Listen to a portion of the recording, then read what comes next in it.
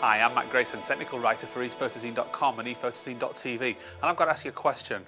Why are you watching all those other video reviews when we're the ones who get the Canon EOS 500D first?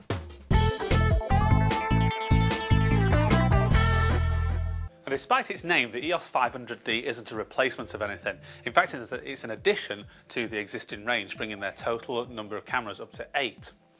It's got 15.1 million pixel CMOS sensor, 9 focus points, it's got expandable ISO up to 12,800 and runs at 3.4 frames per second. Now here it is in close-up, the Canon EOS 500D. This is fitted with the 50mm 1.4 lens, and basically it's the same dimensions as the EOS 450D, and basically everything's in the same place. There's just a few little changes made here and there cosmetically, adding a few different functions to buttons, which makes it different from the lower class model. If we move up onto the top, you'll be able to see one straight away, which is the silver retro-styled command dial. It's black on the 450D. There's nothing over on the left side there that needs to be worried about. Everything's all blank on there, apart from the pop-up flash button there. And if you look onto the command dial here, you can see that there's a couple of extra options, which is the CA and the video mode. This is the next camera that does the HD video. Unlike Nikon, Canon do actually run at full 1080p HD quality, as opposed to the 720p that you find on Nikon.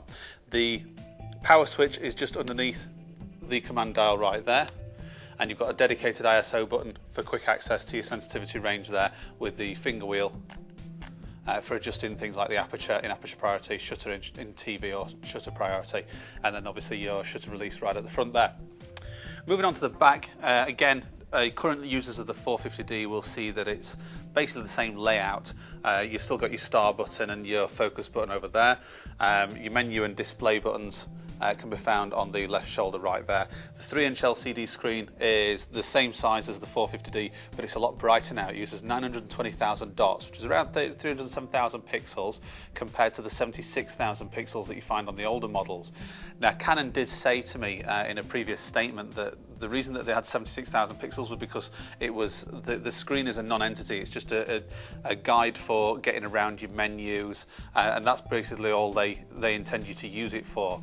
Now, obviously, with the advent of video and live view, that kind of casts a whole different meaning onto it. So they need to have a good quality screen on there, which is why they've got this much better, 3 times as good, even more in fact, screen on it.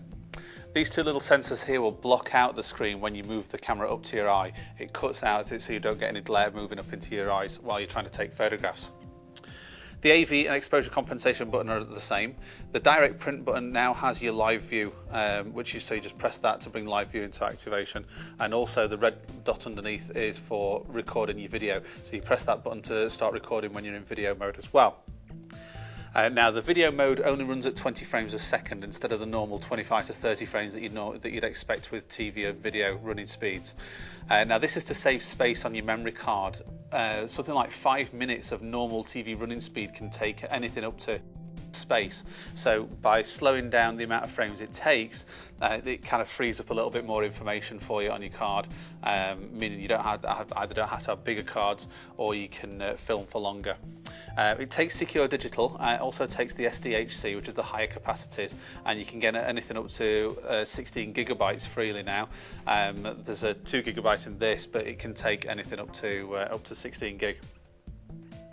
Your directional pad is for moving around your menu screen, which we'll show you in just a few seconds, but it's also doubled up so you can hit the white balance, your picture control there, or picture styles some other companies call it, film simulations it's also being coined as these days, your focus modes and your drive modes there, from continuous shooting, self-timer and so on, your playback mode there, and your delete button when you're wanting to erase pictures that you don't want anymore.